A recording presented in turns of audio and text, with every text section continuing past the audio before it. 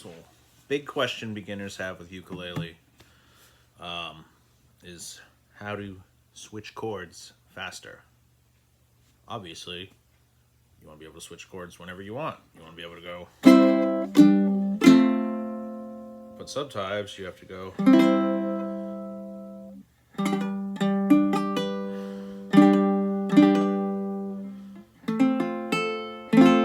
Yeah, so at the beginning it's hard. And so what's the secret? Well, there is no secret. Most of this is just practice. I mean, if you just put your head down and practice, you'll solve this problem on your own, really. But if you want some directed practice or some advice to get you there faster, or to tide you over until you get there, yeah, this video will contain some of that. All right, so let's get started. Biggest thing is don't worry so much about making sure the chord's exactly right before you strum it, all right? That's probably the best advice I ever got when I was like 16 and first learning how to play guitars. One of my friends who was a really good musician just saw me struggling and said, "Oh, I'm not really good at guitar." He was a piano player, but he was a great guitar player, but he didn't get the fingerings and everything right because it wasn't his main instrument, but he sounded great when he played. And yeah, his advice was don't worry so much about making sure all the chords are right before you strum them. A chord not exactly right or not sounding all together great in time is better than the correct chord out of time. And I'm not saying play the wrong chord, like if you need to play a G, this is good enough. I'm not saying that. What I am saying is if you're going like this, you know, maybe you're struggling with that change. See what I just did there? Instead of going,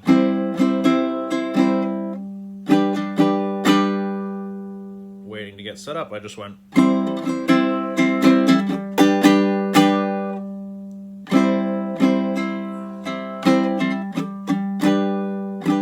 See the first? You're not really there yet. And a lot of people will, you know, mute things on purpose. But you can do it by accident, sort of. You know, it doesn't really matter. It doesn't sound bad, really.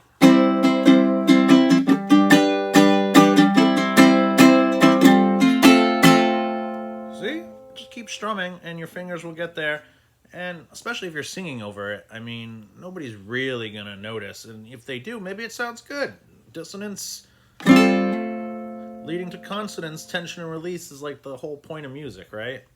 So that's the most important piece of advice I can give you is keep your strumming hand going and your fretting hand will get there when it gets there. Don't worry so much about it. But obviously, let's go over some tips to make sure that you are getting faster and doing everything properly, all right? So one thing that's really important is make sure that you're using consistent fingerings. You know, I'm not saying every chord always has to be fingered the same. You always have to finger C this way. But I'm saying, for the most part, unless there's a reason to be fingering it another way, keep it pretty consistent, all right? So, like, for instance, if I was playing something like this,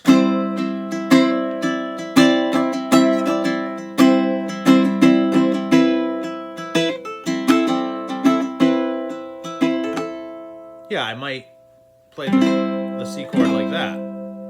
But if I'm going something like this,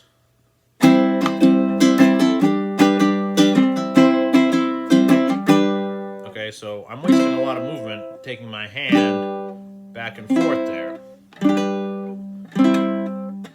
It would be much better to use this fingering. Because look, these can stay right above the strings for the G while you're playing C. And then this just jumps up right here. And that segues into the biggest tip, besides what I had previously said, is the fastest musician is the most efficient musician. And vice versa, the most efficient is the fastest. The point when you're doing this is to move your fingers as little as possible. If you ever look at a really brilliant, you know, classical guitarist or a Scruggs-style banjo player, they're playing these lightning licks, but their hands are relaxed. They're not moving so much. You know, we're talking about this hand, but it's the same principle for this hand as well. You know, look, why am I wasting all this energy playing this?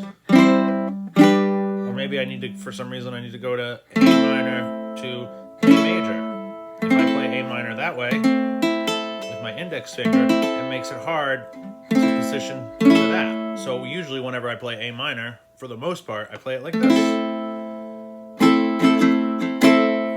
know, G I usually finger like this. And when I'm switching, I don't move my fingers all the way up. Like I don't go.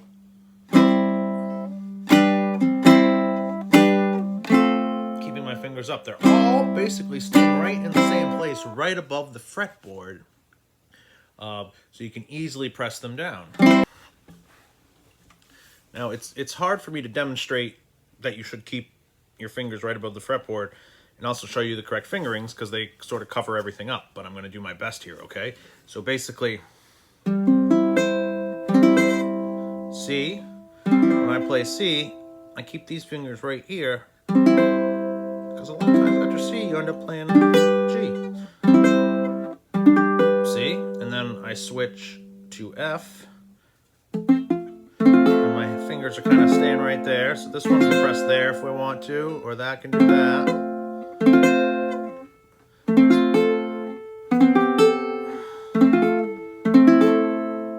A lot of times I'll play, when I play D, I'll play it with these fingers right here. That way I can easily switch to the minor if I have to. If I'm going from G major to G minor. Switch right there. Like I said, it's all about efficiency. And if with that, make sure you're efficiently using your strength. Do not be pressing down harder than you have to on the frets. Why am I flexing my muscles so much to push them down this hard when I only have to push them down this hard?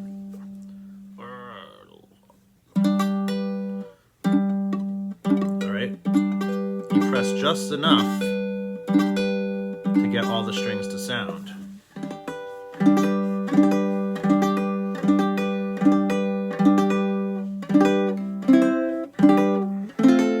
All right. So I guess those are some tips.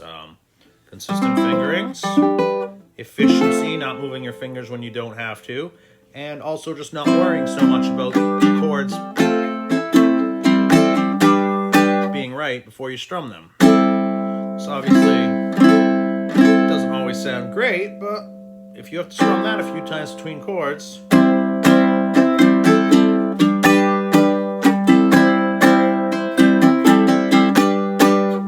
not the end of the world, right? All right, cool. Boom. Let me know if you have any other questions or troubles, and I'll make another video.